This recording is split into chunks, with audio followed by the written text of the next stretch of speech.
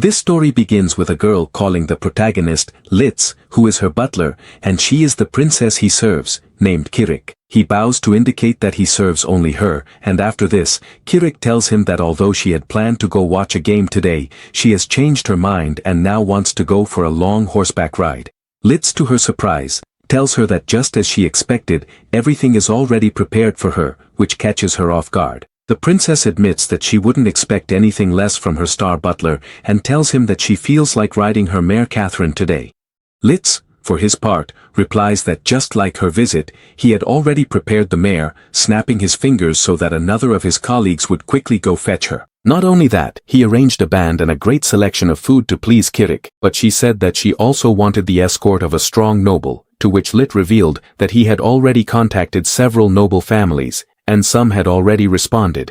Unfortunately, although Kirik is impressed, she says she has changed her mind again, beginning to smile wickedly. She mentions that now she no longer feels like going out and would rather go fishing instead, so she needs him to prepare a lot of things for her.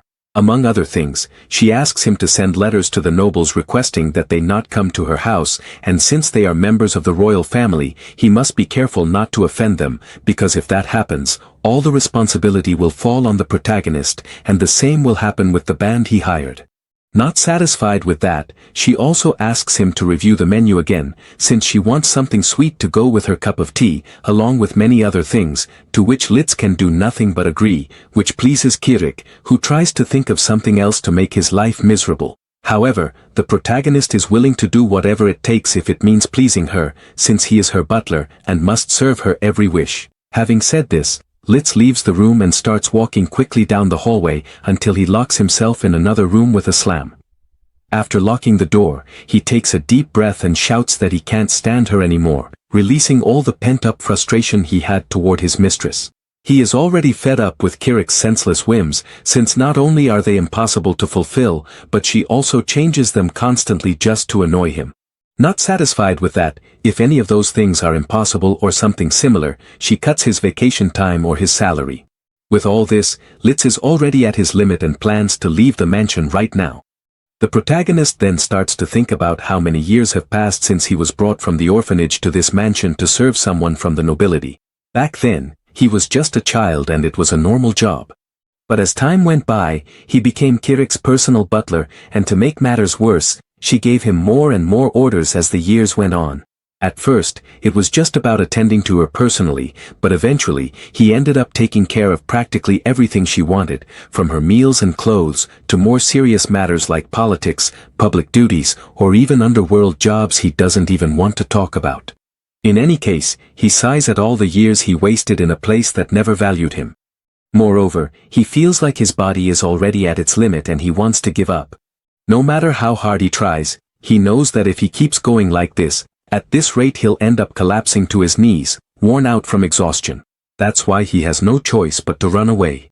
But then he wonders if the princess will let him go so easily, given her twisted personality. Thinking more deeply, if his only option for freedom is to escape, then he must do so with the goal of reaching a place where his mistress can never reach him.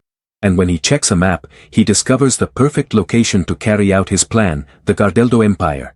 It is separated from his kingdom by just a stretch of forests, but it's the perfect place for someone like him, since the two kingdoms are rivals. But most importantly, they have a strict policy based on meritocracy, that is, on the work one does. Not even he, who got deeply involved in political matters to please his mistress, knows much about the internal structure of the empire. So if he escapes there, it's practically impossible for Kirik to find him. Furthermore, in order to carry out the princess's ridiculous orders, Litz learned and developed several skills that could be useful to him. That's why he has complete confidence in himself, at least to be able to get by with everything he has learned so far. And so, he steps out into the hallway once again. Since Kirik must have gone out on his fishing trip, this is the perfect moment to escape. However, he knows that entering and leaving the princess's castle is strictly forbidden, and as such, he can't let himself be seen. Moments later, Litz walks out through the main gate, surprised at how easy it was, and then starts complaining that he could have left whenever he wanted without needing any permission. Even worse, it seems that the security the castle was so proud of doesn't work as it should. According to one of the maids, The head of security is constantly skipping work, which worries Litz quite a bit, since they're supposed to trust him to handle everything. Another man told him that the person in charge of magical detection couldn't take it anymore and ended up leaving angrily without finishing his work, and he didn't even leave a manual. In other words, if the magical alarm went off, they wouldn't even know how to carry out the security procedures, which irritated the protagonist even more.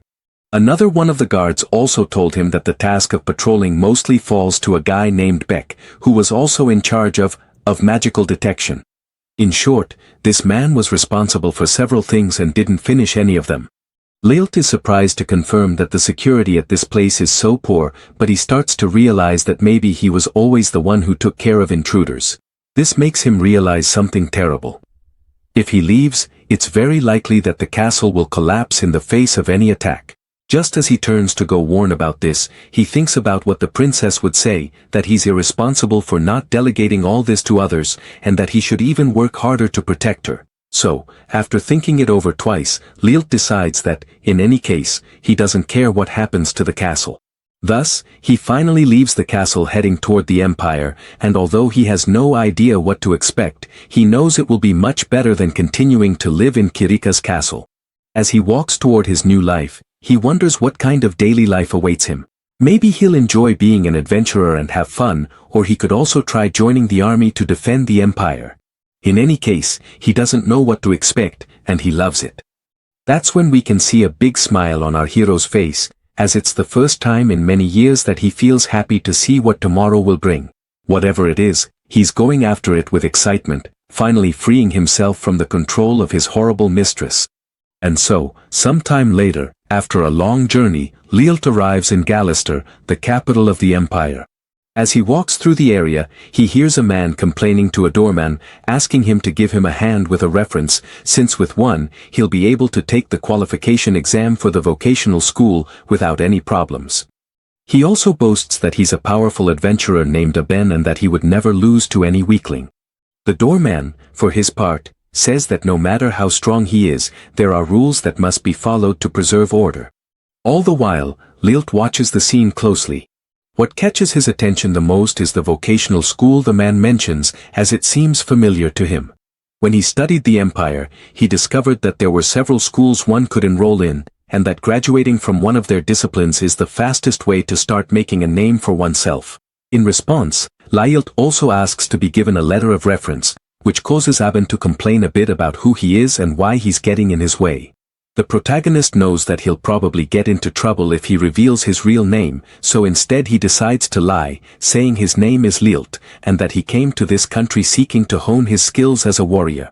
But in response, Aben questions him because his clothing doesn't look like that of a fighter, which confuses the protagonist.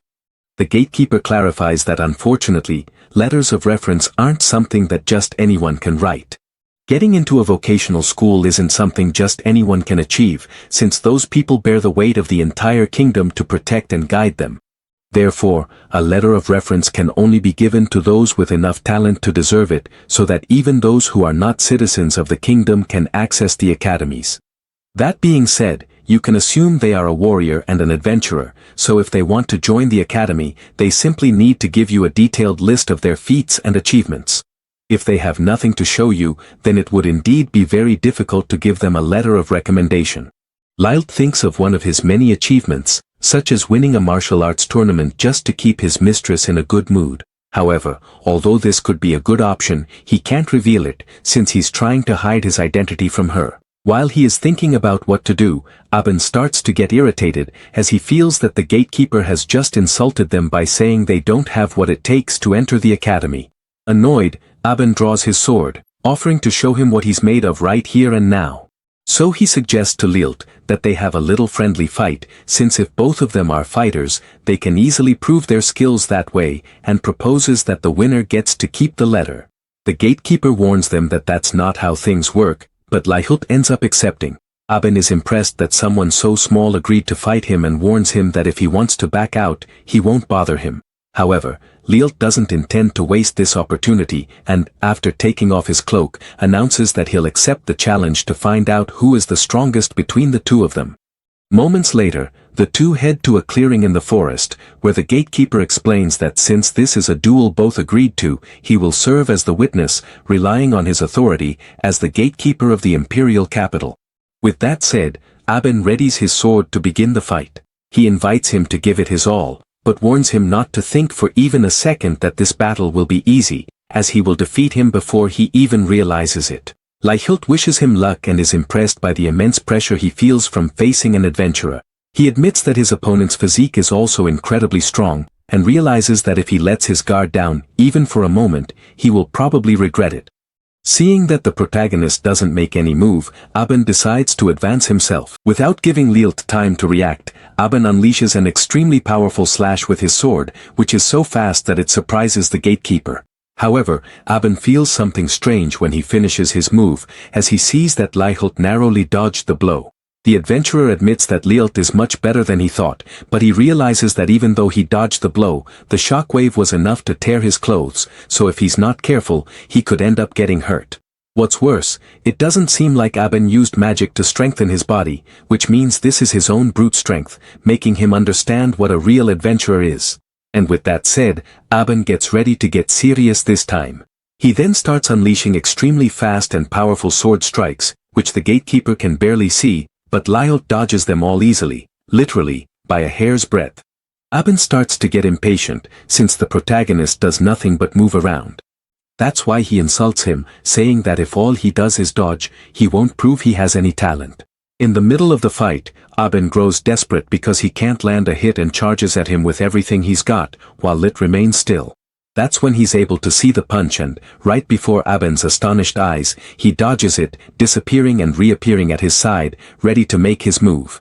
In this way, he unleashes an intense barrage of blows on Aben's body, who can't do anything to dodge or block them. By the time the protagonist finishes his barrage, the adventurer falls unconscious to the ground, and taking advantage of the moment, he grabs his sword to finish him off. The doorman tries to stop him, since that's going too far, but he doesn't make it in time. Fortunately, Lit didn't deliver the final blow, and that's where the fight ends, with our protagonist as the winner. Lit, after straightening his clothes, admits that he did it all for his mistress, which confuses the boys. He did this as part of a bad habit from his days as a butler in Kirik's house, and it couldn't have come at a worse time. Aben admits that he lost and apologizes to the protagonist for having underestimated him a moment ago, asking him to please remove the sword from beside him. Lit also apologizes for having gone too far. Aben explains that he had made quite a name for himself in the adventurer business as the Dark Sword, and that's why it frustrates him so much that someone he doesn't know defeated him so easily, asking where he had been hiding all this time. Lit just gives an awkward smile, since he knows that if he says anything, they might find out he ran away from his mistress's palace in a neighboring country. The gatekeeper, for his part, after hearing Aben's nickname, recognizes him as one of the best adventurers in the kingdom and doesn't understand what all the fuss is about. That's when the guard starts to go crazy, excited because Aben is his idol and he knows all the great feats he's accomplished in his work as an adventurer in detail. Aben for his part, asks him to calm down, since he's exaggerating many of his feats, like saying he fought a gorilla or battled 20 bandits and won, while Lit confirms that Aben really is an amazing and famous person. In any case, the gatekeeper has already witnessed the protagonist's abilities, and since he knows all of Aben's achievements very well, he offers both of them a letter of recommendation. Although the adventurer thinks that's fine, he doesn't want the duel. They just had to have been for nothing, so he doesn't know what else to do but ask Lit for his opinion.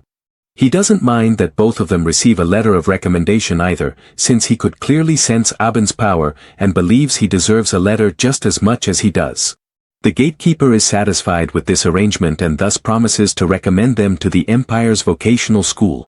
This makes the protagonist very happy, as he has finally taken the first step toward becoming a citizen of the Empire. At first, he was a little worried about how things might turn out, but everything ended up being easier than he expected and, in the end, it worked out well for him. At the same time, he can't help but wonder what his former mistress is doing at the castle. Most likely, she has already noticed his absence and, in the midst of a fit of rage, is taking it out on the rest of the servants. For a moment, Lit seems affected by this, but then he smiles as he reassures himself that this is not his problem anyway. After all, he has spent too much of his life living for others, But now his own adventures are about to begin.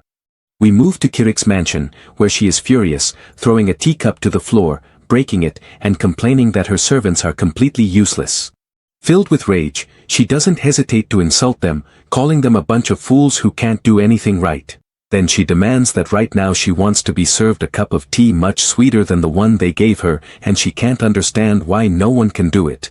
The servants explain that they served her the same tea as always, but she replies that, in the same way, they are the ones who should add sugar to her liking, since that's how it has always been for them.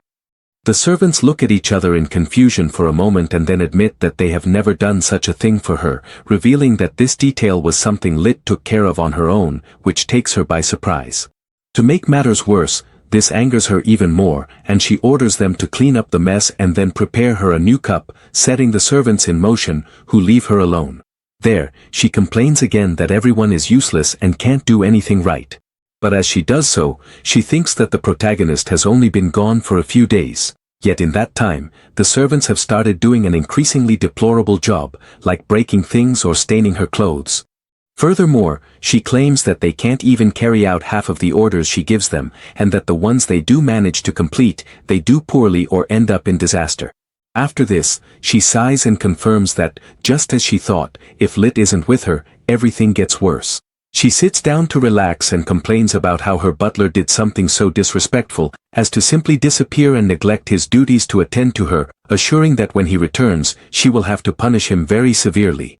At that moment, she wonders what he could be doing, and we see that Lit is now reading a book, while his new friend wonders why he has to do this to prepare for the vocational school exam. For Lit, this is normal, and he reminds him that he himself was the one who warned that they should study as much as they could, since the exams are expected to be very difficult. Abin doesn't deny that he said that, but it's one thing to say it and another to actually do it. After all, when they found out, they only had 1 week left to study. Abin already knew about this, but the protagonist still doesn't understand the procedure, since he thought that with the letter of reference, he could already get into the academy. Abin explained to him that it wasn't that easy, since the letter only allows them and non-citizens of the empire to take the exam, but even so, they still have to pass it to be admitted to the academy.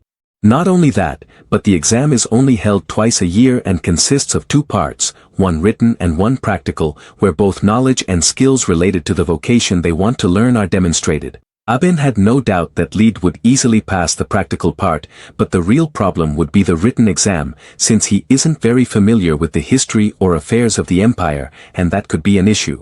According to Abin, he shouldn't worry about that part, since the school is designed to promote new talents in the kingdom, but Lead isn't very convinced by his explanation. That's why Abin decided it would be best not to tempt fate and simply wait half a year to have time to study calmly, but the protagonist suggested that they give it a try. Abin couldn't believe his friend's crazy idea, but in fact, Lead was planning to make the most of that week to study everything necessary for the exam, trusting that if their preparation was good enough, they would manage to pass it. And that's how we arrive at this point, with both of them gathered in the library and Abin complaining because he thought his friend was joking. He also asks why they need to hurry so much, to which Lead replies that he has his own reasons to work hard, leaving Abin confused. The truth is that Lead has no idea how things might develop in his former home in 6 months, and that's why he's trying to become an official member of the empire as soon as possible. Lead puts aside his own concerns and turns his attention to Abin. He already knows that he is a famous person in the empire and, as such, has what it takes to live a comfortable life, but even so, he came to the academy for the officer class, and wants to know his reasons. He replies that he does it for stability, since being an adventurer is, in many ways, very dangerous and unstable, especially as one grows older. That's why he thought about trying his luck in the military service. Lead starts to think that his new friend is a very considerate person, not to mention very helpful, since he taught him many things when he arrived. Lead used to think he was nothing more than a brute with more muscle than brains, but now that he knows him, he understands that Abin is a very pleasant person.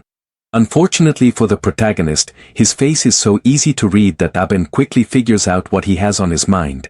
In any case, they only have a couple of days left before the exam takes place, so they have to do everything they can to prepare.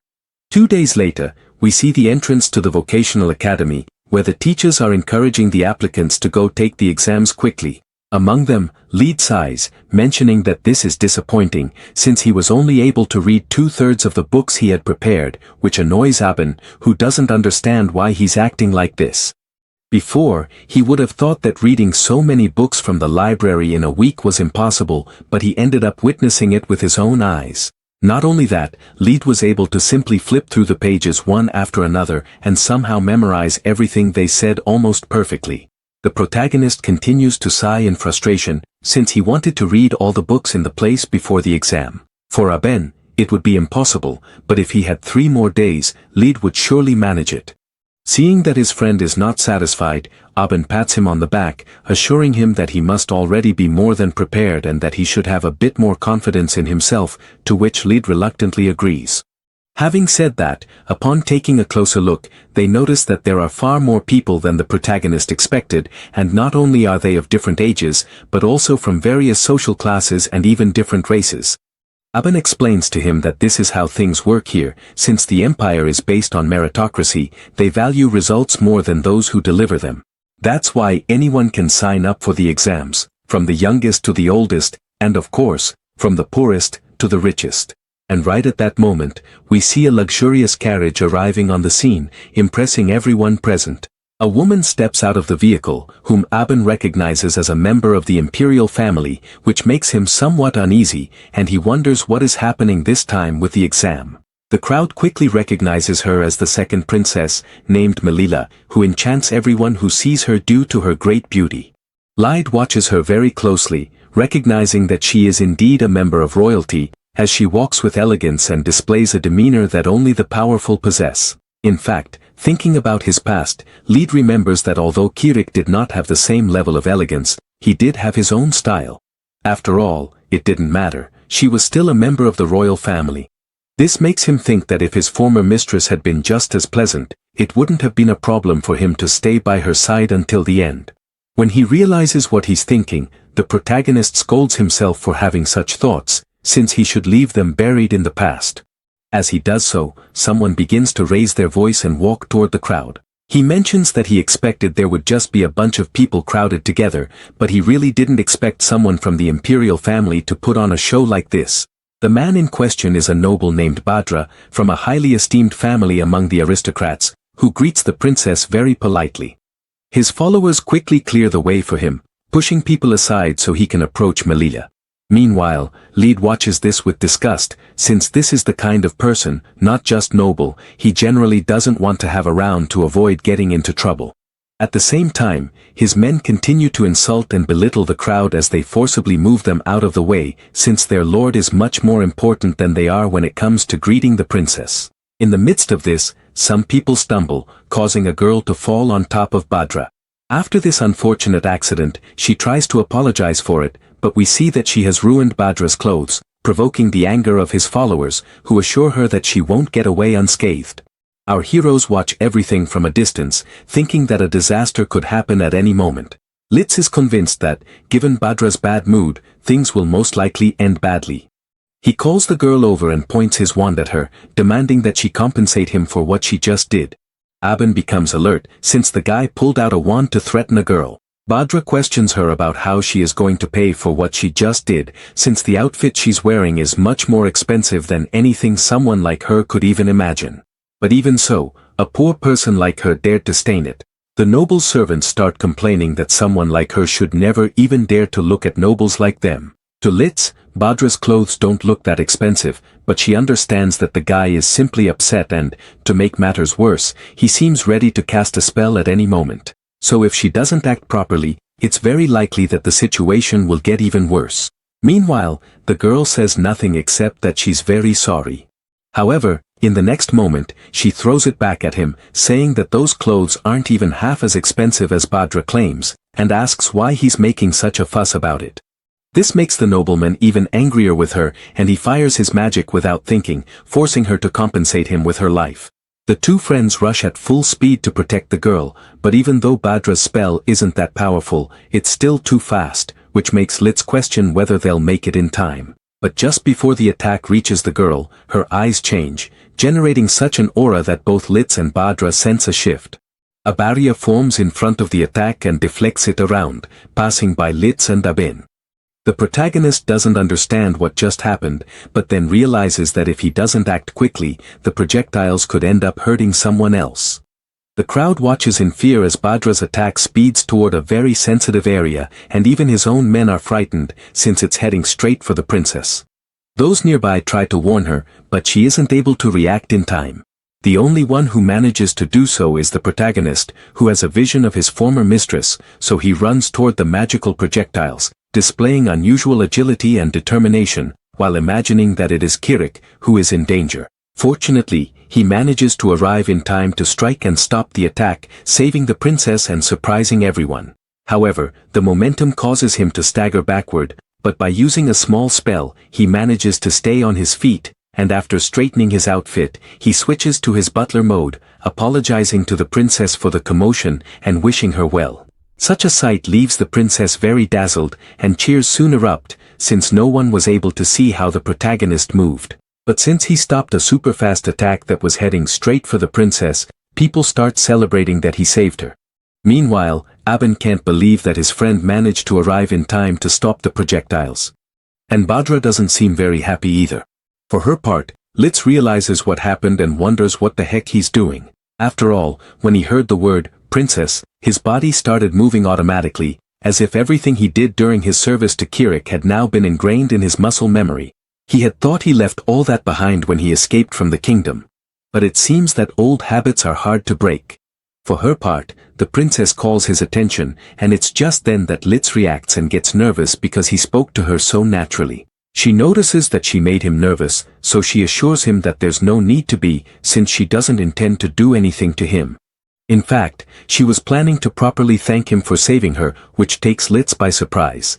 The princess doesn't hesitate and bows before him, thanking him for having protected her in such a dangerous situation. She also asks him, if he doesn't mind, to give her his name, so that she can properly repay him on another occasion. The protagonist gets nervous and tries to refuse, since if he continues down this path, he'll stand out so much that the kingdom might find out where he is. Litz, using his great skill with words, assures her that a name as lowly as his is not worthy of a princess's ears, while at the same time preparing a spell. Having said this, he quickly flees, disappearing into thin air. This causes everyone to be startled by what just happened, wondering who that guy was. Litz appears next to Aben, sighing because he's already tired, and Aben is startled because he didn't know Litz could teleport. The protagonist explains that it's actually theft magic. Aben admits that his friend is much more impressive than he thought, but Litz tries to deny it and brush it off. He then asks them to hurry so they can quickly get to the exam hall, which confuses Aben, since he doesn't understand why he's in such a rush. As they leave, Badra stays behind, staring at Litz, annoyed because he's leaving just when he was about to call him. Moments later, at the Imperial School, we see that the students are already in the written exam hall, about to begin. The teacher in charge introduces herself as Heon, a major general in the Imperial Army, who is also responsible for overseeing the admission of new students, so she expects everyone to do their best and cooperate with her, so that there are no issues. Now, moving on to the exam, she informs them that they will be given a strict time limit of exactly 3 hours. They can use that time to answer as many questions as they can, and when the time is up, she will come to collect the papers. Basically, they use a fairly common format. Also, it's not as if she needs to tell them, but she does so anyway. Any form of copying or cheating is strictly prohibited, and therefore, if you are caught, you will be penalized according to the law. Similarly, you are reminded that any use of magic is also forbidden during the exam, as it must be passed solely with the knowledge and studies that the participants possess. Heian asks if anyone has anything to say before starting, and meanwhile, in the back of the seats, we see that Badra has a symbol on his forehead. This is a telepathy spell, which connects him with his men, who ask him if it's really okay to use it, since it seems the supervisor is very strict about this and about cheating. Badra tells them not to worry, since the magic he uses has a special effect that makes it impossible to detect and, moreover, no one would suspect they would use it in this way, which inspires confidence in his followers. They have complete faith that they will be able to overcome all of this, as long as their leader gives them the answer. However, He reminds them that they must not let their guard down, no matter how much of an advantage they have. Lit, on the other hand, senses some magical energy coming from further back and wonders if that's really okay. Since no one else has any more questions for Hyun, she decides to start the written exam right away. In this way, she sends everyone off to begin as if it were a race. Lit, as soon as he opens his notebook, notices that there are questions about art, law, philosophy, and generally all fields of study, which requires his full concentration. That's what he expected, but the first question they ask is what the name of the capital is, which confuses him. This question is so easy that it makes him wonder if the entire exam will be like this. However, he can't afford to lose focus, since he believes it will get harder as it goes on, so he'll give it his all until the end. So the hours pass, and eventually Hyun announces that the exam is over. After this, he asks them to leave their papers and pens on the table, and says that the results will be published after the practical exam. Lit sighs, exhausted, confirming that in the end, the exam really was very difficult. From among the crowd, Sven appears next to him and asks how it went. The protagonist greets him and tells him that he's really not sure if he managed to pass, maybe because he felt that the first set of questions was too easy, and Sven laughs because he understands what he means.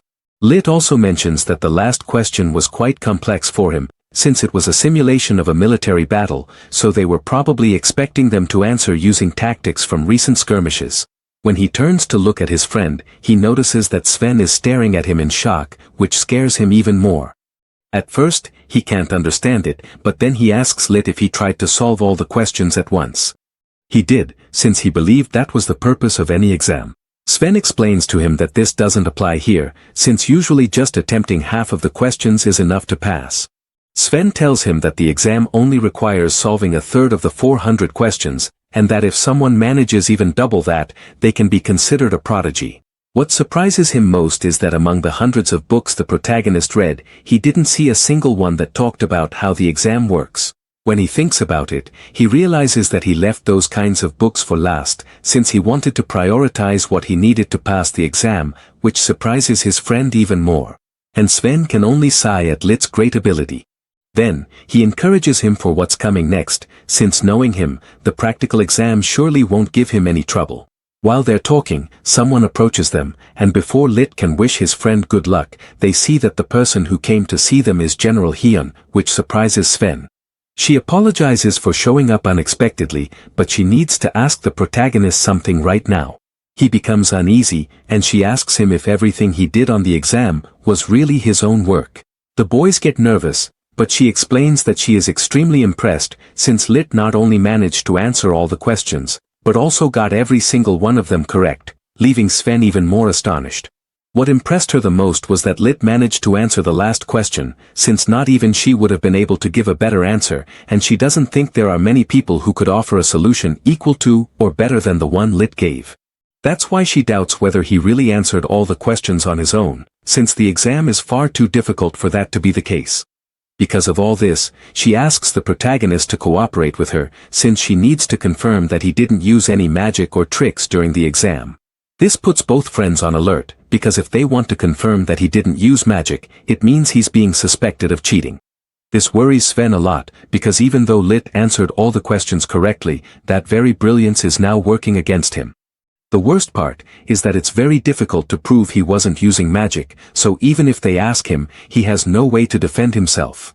It's a pretty nasty trap, since there's no way to prove he didn't use any magic or outside help, but there's even less chance they'll believe he managed to solve the exam on his own, which puts him in a very complicated situation. While the protagonist tries to think of how to deal with this, someone approaches, catching the general's attention and offering her some advice. He claims that Lit used magic to cheat on the exam and that he saw it with his own eyes.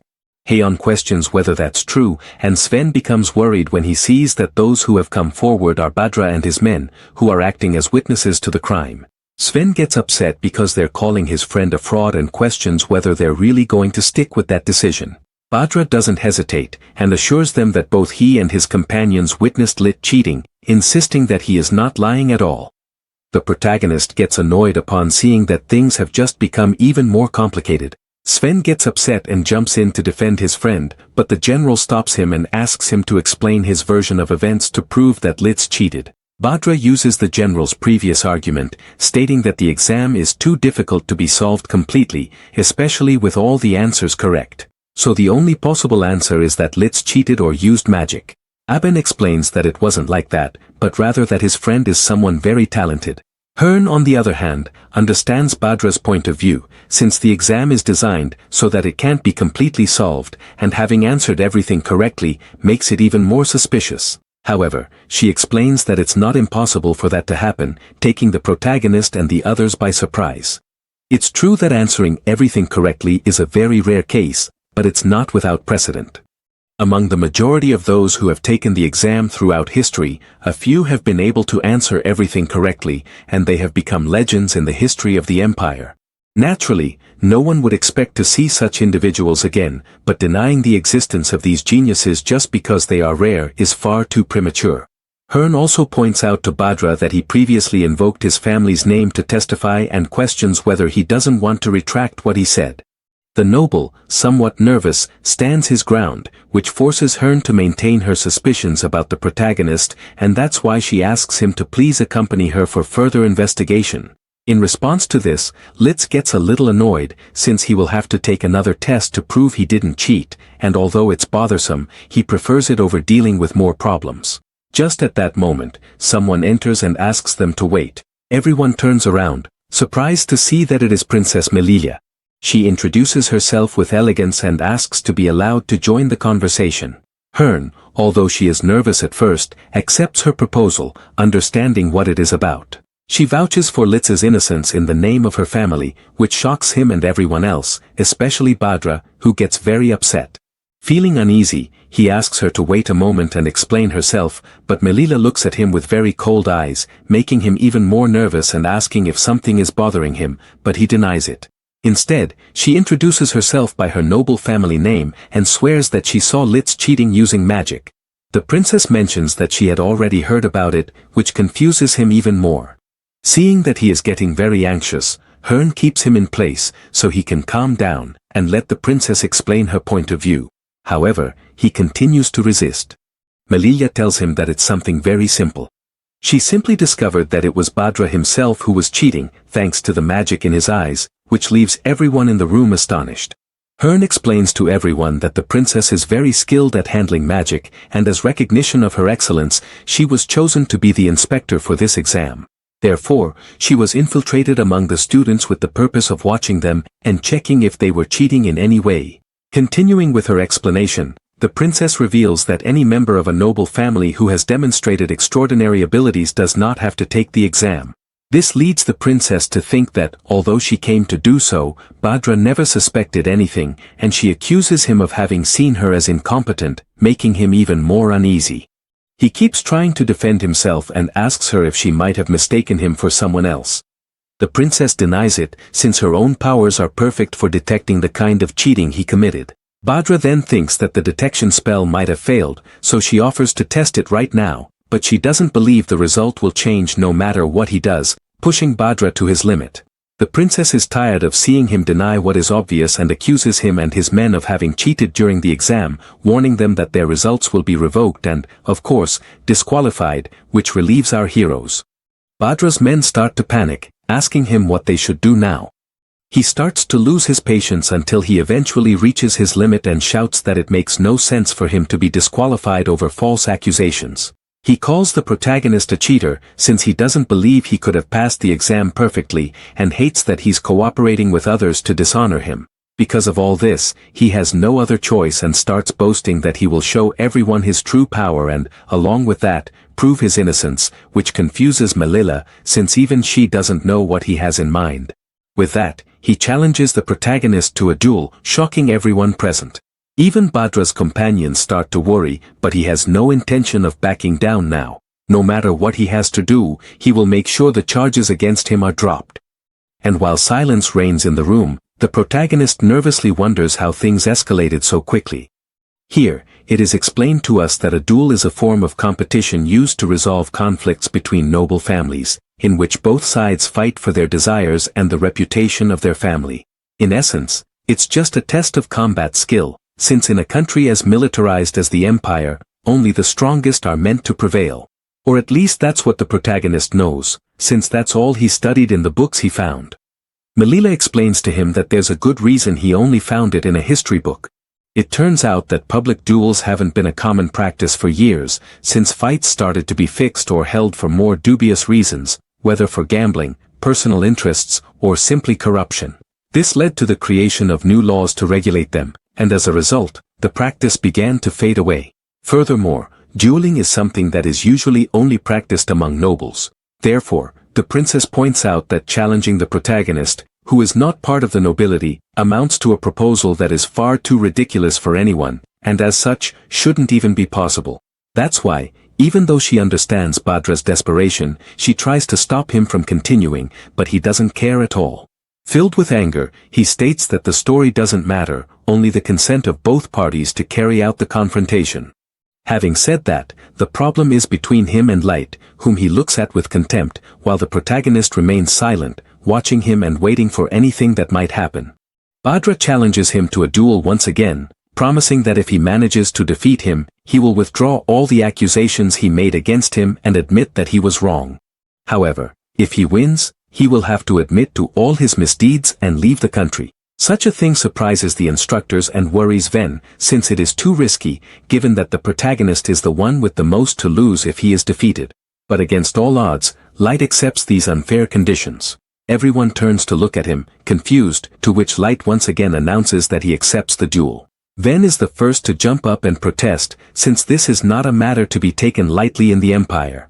He shakes him, reminding him that if he loses, he will face serious problems, but the protagonist had already anticipated this. Light states that since he was accused of cheating, this is the perfect opportunity to clear his name on his own, to which his friends have nothing to say. The princess asks him if he really wants to go through with it, since if he loses he would have to answer for accusations that everyone knows are clearly false, but Lit insists on proving what he is made of. Furthermore, as he prepares, he announces that he did not accept the duel with the intention of losing, provoking a mocking smile from Badra, who believes he already has victory assured simply because he is a noble. Hini accepts this decision, which surprises the princess. She also says that she has no intention of making them fight to the limit, but in any case, they need a clear way to distinguish the winner from the loser. As she looks at them seriously, she offers to carry out the duel in a different way, proposing that they use it as part of the practical exam, taking everyone present by surprise and leaving Light confused. He can't believe they're going to use their duel as an exam, since he didn't remember that being possible, but the princess seems to agree. Melila understands the general's point of view, since by using the exam, she can skip all the formalities of the duel. Heen confirms that that's right, since this way, they can get straight to what matters to them and save time, because otherwise, they would have to go through an inhuman amount of procedures, and as a result, Light and Badra would have to wait who knows how long to resolve their issues. After confirming that Lit agrees and asking Badra the same, the examiners decide that everything is ready, and that they will carry out the test in this way. So, shortly after, they take Light and all the candidates to the battlefield, where each one has their own opponent whom they must defeat to pass the exam. Before starting, Hini steps forward to explain the rules to everyone. The matches will be one-on-one and will have a time limit of 20 minutes. She also informs them that each pair is surrounded by a barrier that separates them from the others, to prevent cheating or accidents, and there are also safety devices placed around, so they can fight as much as they want without getting hurt. On top of that, an examiner will be watching them at all times. Badra mocks the protagonist, mentioning that the general is a woman who knows how to make things interesting. After this, he points to the crowd, warning Leet that with them, his humiliation will be even worse. The nobleman doesn't understand how an ordinary guy like him managed to win the princess over, but in any case, that ends today, because he will show him how powerful he is, and that he's just a common man who can't do anything against the nobles. At that, Badra also admits that he didn't like him from the moment he saw him, and now that he has the chance, he will crush him without mercy. Putting the insults aside, Hini begins to prepare the duels, and as soon as everyone is ready, she starts the matches. Badra wastes no time and draws his wand, firing his magic crystals at Light. The protagonist had already noticed that it was ice magic, although it was more elegant than effective, which indicates that his opponent is the type who prioritizes style over results. Badra fires with everything he's got, and we see that the ice block is gigantic, so much so that it impresses Lit, but not because of its power, rather because it passes right by him and collapses onto the ground in a very pitiful and sad way.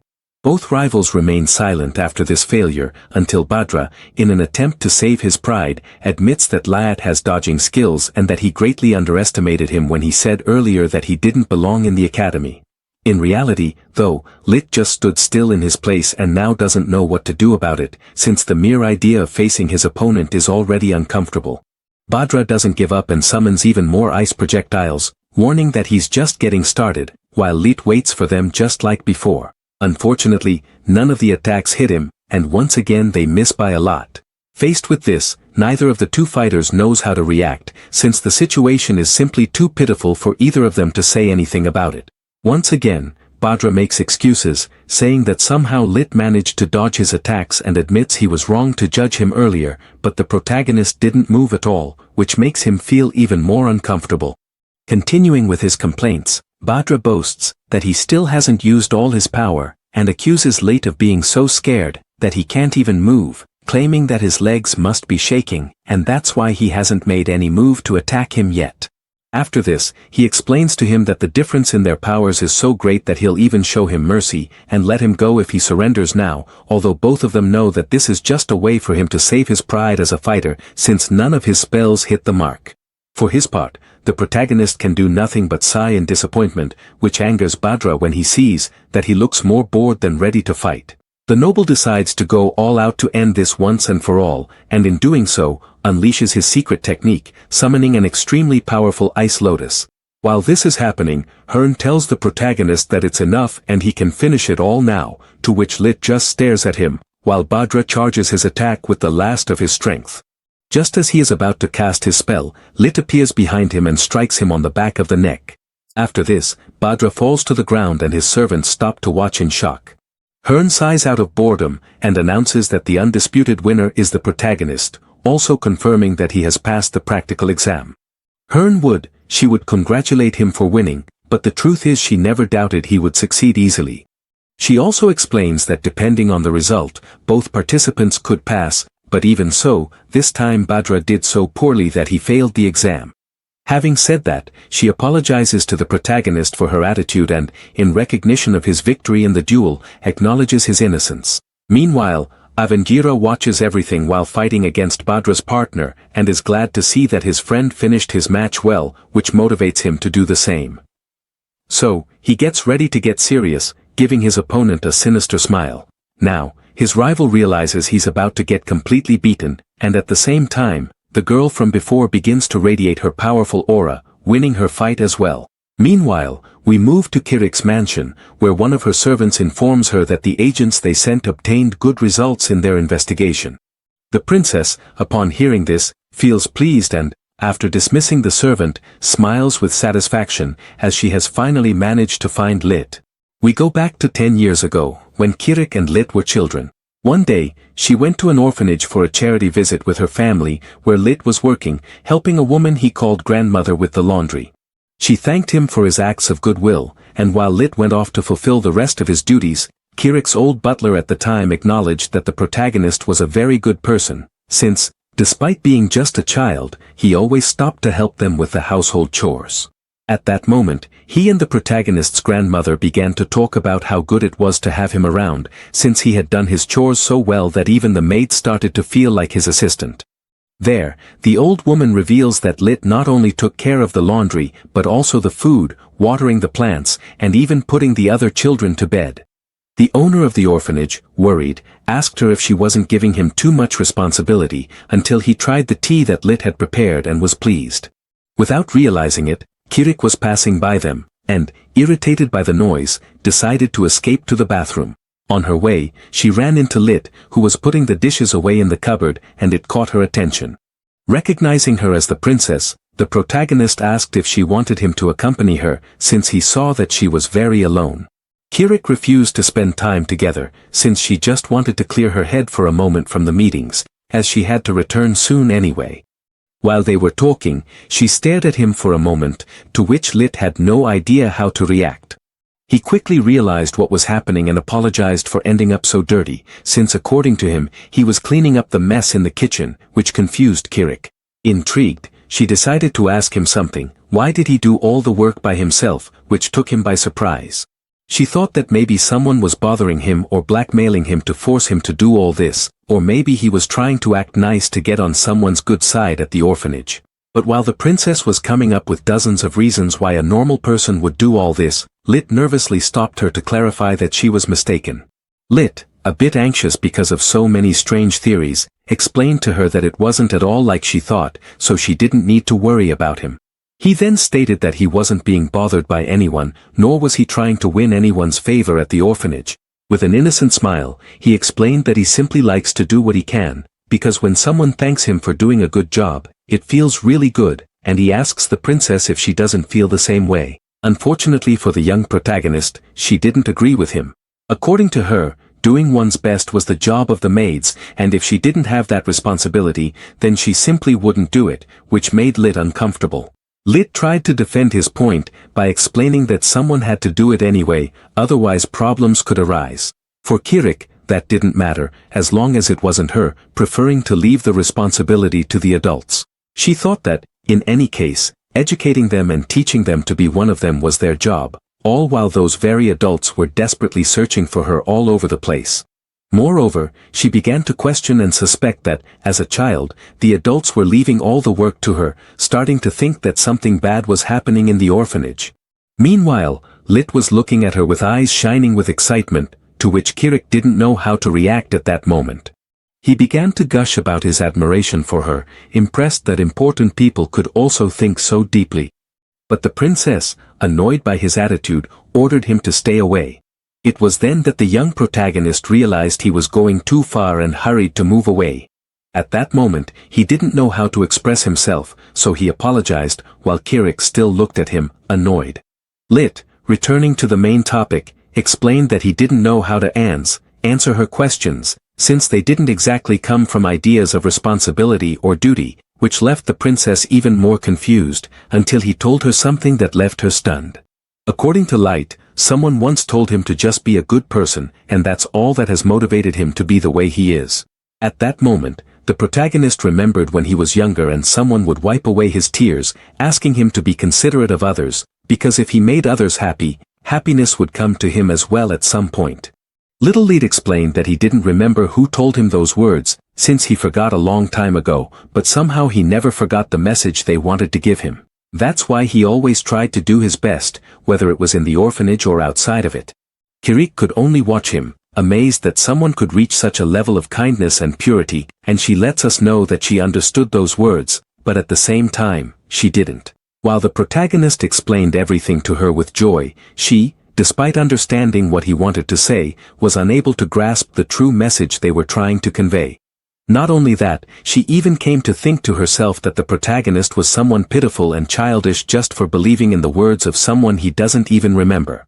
However, no matter how much she wanted to say all of that to him, she couldn't get the words out of her mouth, as she felt bad, perhaps because of his words or his attitude, but somehow, she didn't seem to hate him, and to this day, she doesn't know what stopped her at that moment. As a result, she also didn't notice that the footsteps of her servants were getting closer and closer. Surprisingly, the old man from before, who turned out to be her butler, burst into the room, calling out to her at the top of his lungs. She could only sigh in annoyance upon seeing that her butler had found her. The old man, desperate, threw himself at his mistress in tears, complaining that she had given him quite a scare by disappearing out of nowhere. She had previously told him that she was just going to the bathroom, and it annoyed her that he was always so overbearing. After calming down a bit, the old man noticed the presence of the protagonist, who was completely uninvolved in the situation. The old butler stood in front of him and asked for his name, although he already knew it thanks to the old woman in charge of the orphanage. However, even though the protagonist tried to be as friendly and polite as possible, the butler began to interrogate him harshly, since he found him in an isolated room with his mistress, which naturally raised suspicions and frightened poor Light. Just when the old man was about to go too far, Kirik called for him to stop and informed him that they were going to take Light with them to the palace. At first, both of them were stunned by such a thing, but especially the protagonist, who had no idea what was going on. Kirik began to explain his point of view and acknowledged that, according to Lit's previous statements, he loved helping people and being praised for it, so considering the situation, the next step was very simple. He tried to refuse to go with her, but since she was a member of the royal family, he had no other choice. Continuing with his speech, Kirik explained that what needed to be done was extremely simple. From that moment on and forever, Lit should focus on attending to her and only her, dedicating his whole heart to pleasing her and helping her with whatever she needed. And while she looked at him with complete confidence that she was doing the right thing, he simply couldn't process that a princess would ask him such a thing when they had only just met that very day. Naturally, understanding and processing all of this wasn't easy for a boy his age, so he hinted that he was truly flattered by the proposal, but he simply had no idea how to respond. Just as he was turning toward the door, he saw the owner of the orphanage peeking in and giving him a thumbs up to let him know that everything was fine with her. Thanks to this, the protagonist understood that he didn't need to worry about anything, and simply decided to follow his heart. That's how he finally understood what he needed to do. After thinking it over for a bit, Lit agreed to become the person who would help Kirik always and forever, willing to do whatever it took to please her. The princess, knowing she had gotten what she wanted, could only smile, as it was a very good answer, and she promised him that from that day on, they would also take care of him. With that said, she ordered her butler to start teaching the protagonist everything he needed to do to take care of her, and in addition, she also asked him to give Lit clothes and everything else he would need to live with them. She also gave the butler the day off, since Lit would be taking his place. She also promised to give him plenty of work, but then realized she didn't know what to order him to do first. That's when she came up with an idea. She wanted him to come greet her every morning, wake her gently, and fix her hair. Not only that, but she also wanted him to prepare her a sweet tea just the way she liked it, and to give her the best dress to wear for the rest of the day. And so she went on and on for quite a while, beginning to show the first signs that would eventually lead the protagonist to quit. As the memories come to an end, we see that the present-day Kirik begins to wake up, realizing that it was all just a dream. For the first time in a long while, when she wakes up, there is no one waiting outside her bed to attend to her, which makes her complain because he still hasn't come back. So she perks up, grumbling, and promises that no matter what she has to do, she'll make sure her foolish butler comes back to serve her, as she finishes waking up to start the day and continue her search for light.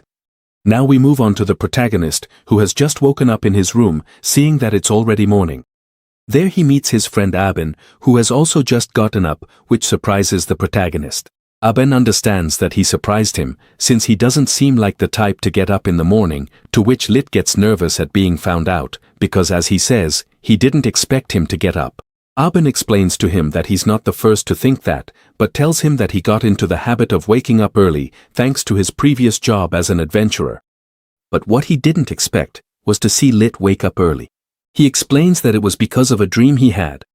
It was none other than the day he met Kirik, and now that he thinks about it, it's already been a month since he left the kingdom, so he wonders why he dreamed about something so old, believing it's because of his new surroundings. But he also suspects that he has some regret about leaving Kirik behind.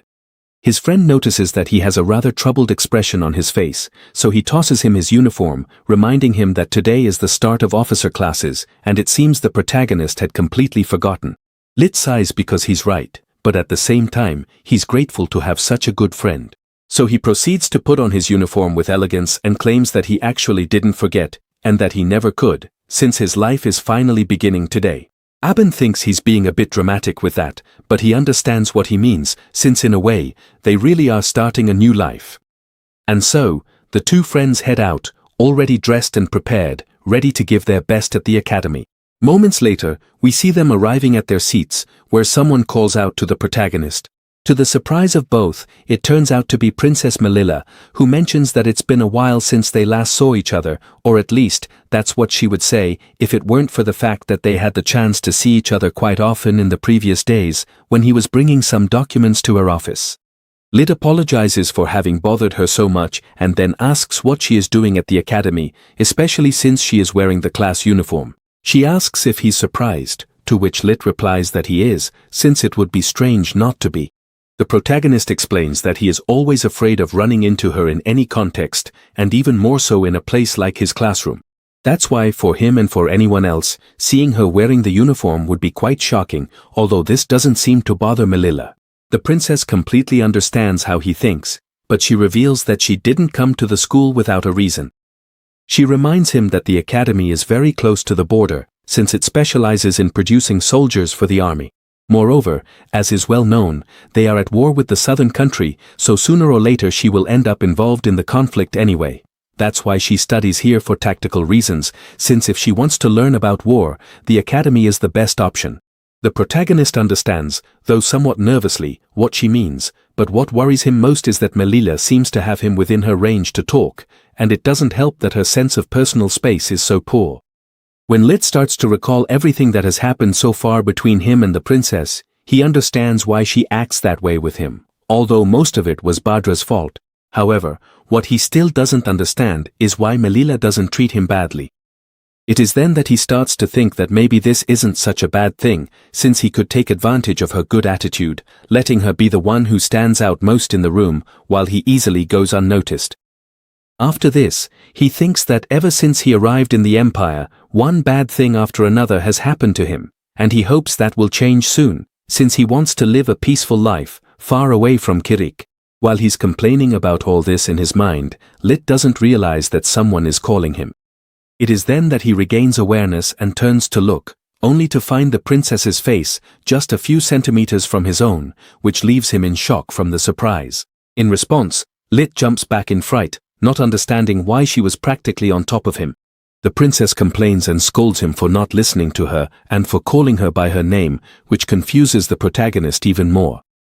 Melilla explains to him that since they are now classmates, they will be sharing many experiences together, so they should change the way they address each other.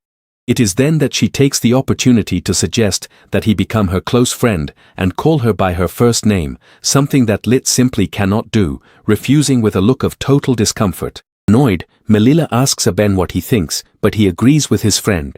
At that moment, someone appears nearby to interrupt them.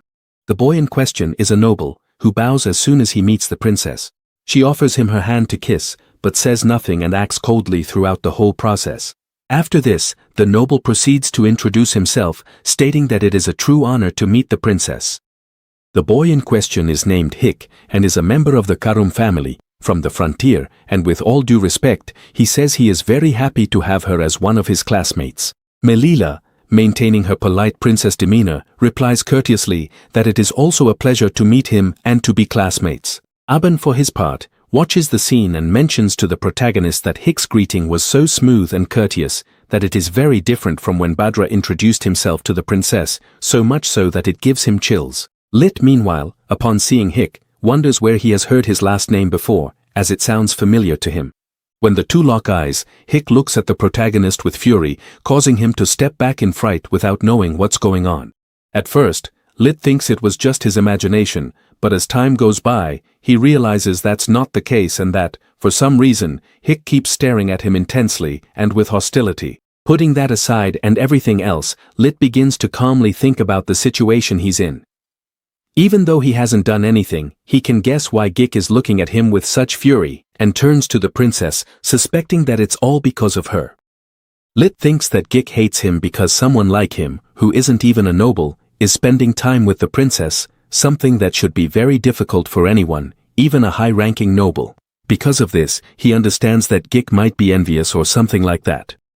While he thinks about all the reasons, Melilla goes ahead and introduces her friend, boasting to Gik that even though he isn't a noble, he's very smart and well-versed in military arts, which is why he entered the academy with excellent results. Gik, for his part, tries to remain polite, but his face only continues to hide a tremendous fury every time he sees the protagonist, which worries Lit even more.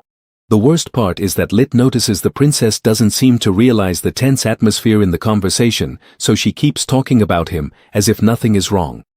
Out of nowhere, she asks if the two of them know each other, catching Lit by surprise. At first, he thinks that's not possible, but then he starts to wonder if they really haven't met before. In fact, while Gik watches him irritably, the protagonist thinks that he really might know him, since if he is the same Gik Karam that he knows. That's when he finally remembers that the Karam family, before the kingdom and the empire came into conflict, was the last family with ties to the kingdom. Now that Lit thinks about it, he remembers that on more than one occasion, he and the royal family went to meet with the Karams for political reasons, leaving him and the princess bored. Most likely, during one of those meetings, the young Gik saw him together with Kirik, and, as a result, now recognizes him as the princess's butler from the kingdom. Given that, the protagonist realizes that the current situation is extremely dangerous for him, so he needs a way to resolve everything, and quickly. To illustrate it better, from Gik's point of view, things are like this. One day, an important person from the kingdom disappears and reappears a few days later with a false identity, attending the military academy of the empire, where he passes exams at record speed and even builds good relationships with the general and the princess of the country. Eventually, he rises through the ranks of power and becomes an influential figure. With all this, Lit becomes incredibly suspicious, and even he admits that he looks way too much like a spy from the kingdom. Lit starts to get uneasy, since even though Gik remembers him, there's no way to confirm that he's the same person he knows, since they're only supposed to have met when they were children. While he's thinking about all this, Gik lets out a little laugh and arrogantly claims that he doesn't know the protagonist, but to Lit, it's obvious that he's lying. However, the princess believes the lie. Gik extends his hand to the protagonist to greet him, and Lit does the same, thinking that his peaceful life is already over. But the moment he takes his hand, Lit notices something strange emanating from it, and out of nowhere, something odd sounds when they touch, disturbing their friends, although nothing happens to the two rivals. Gik complains because his plan didn't work. The protagonist realized in time that he was planning to electrocute him, but not to eliminate him, and was able to defend himself in time to come out unscathed.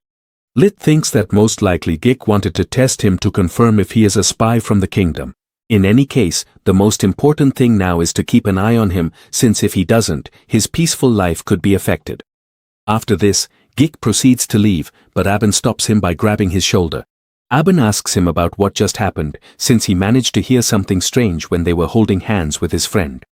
Gik pretends not to know anything and says he's being accused without any basis. The princess intervenes to find out what's going on, to which Aben explains that thanks to his days as an adventurer, he learned to recognize the hostile intent of others, and that's exactly what he just felt from Gik. He tries to excuse himself by saying these are false accusations, and Lit tries to mediate so things don't get worse, encouraging his enemy. Despite this, Aben is not going to allow his friend to be disrespected like that, and starts to get serious. Both Melila and Lit try to stop them, but just at that moment the teacher appears, complaining that they're making too much noise, and telling them that the bell has already rung. Everyone turns to look at her, shocked. Not even the protagonist could sense her coming, so he acknowledges that her magic is unique and unmatched. The princess apologizes on behalf of everyone, but Iris, the magic instructor, assures her there's nothing to worry about, since the troublemakers are actually her favorite students. Putting that aside, the teacher steps down from the table and orders everyone to take their seats, as she wants to start right away with some practical magic exercises. Once everyone is seated, Iris proceeds to introduce herself as an extremely powerful court mage, who will be in charge of educating them and expects to be revered as she deserves.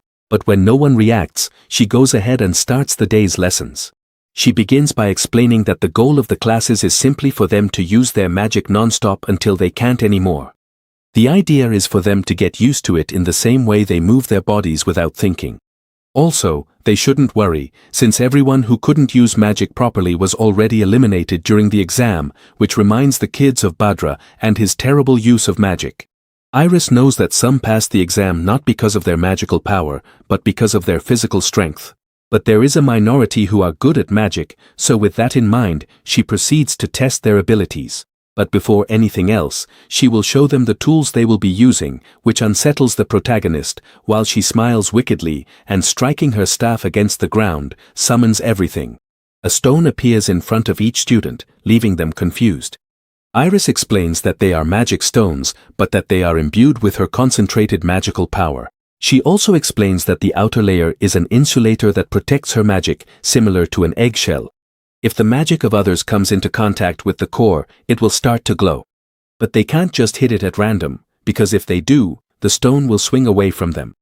An explanation that Aben does not understand. Iris tells them that today's goal is simply to make the stone glow, but while doing so, they must also solve some math problems that she herself prepared for them.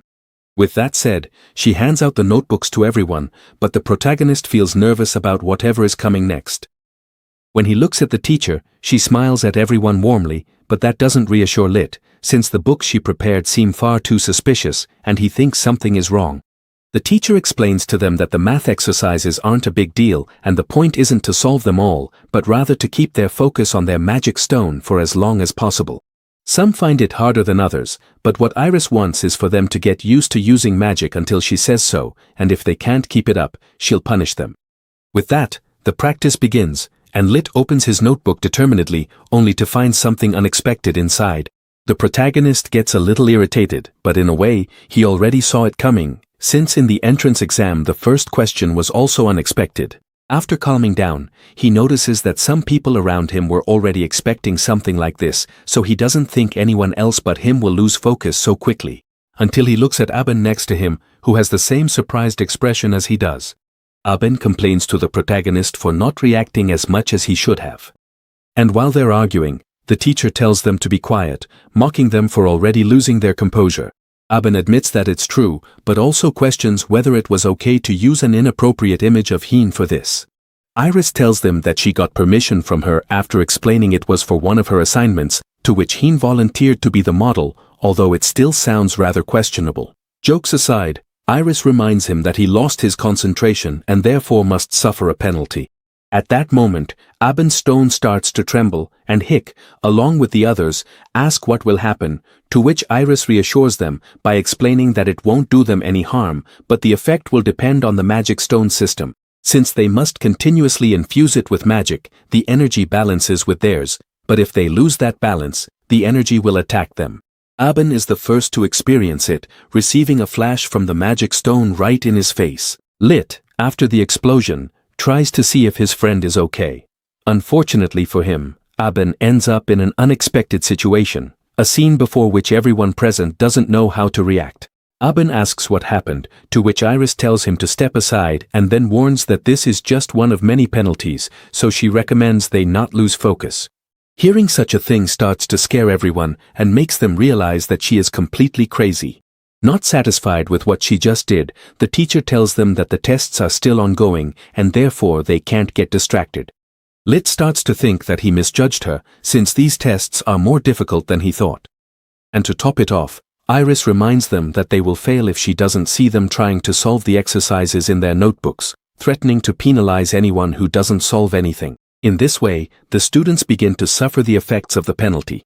One starts to glow from the inside out, another suffers a change in hairstyle, and another is electrocuted. All the while, Iris watches them with satisfaction. The class quickly descends into chaos, with the students suffering as they are unable to control the effects of the magic, and that's exactly what she wanted. Iris starts mocking the students, who are now in total chaos, and even Lit begins to get scared. It turns out that every time someone receives a penalty, they surprise someone else and make them lose focus, which creates a chain of penalties. In the end, this turns the classroom into a disaster. Even the princess couldn't escape this and ended up with a flower on her head. Avon, for his part, becomes more and more blurry as the class goes on. Fortunately, Lit still hasn't suffered any punishment, but given the situation, that wouldn't be surprising. That's when someone throws a paper ball at him, which lands beside him, and at that moment he remembers something. It turns out that Hick is the only one who can really break his concentration, since he hasn't stopped glaring at him with hostility since all of this started.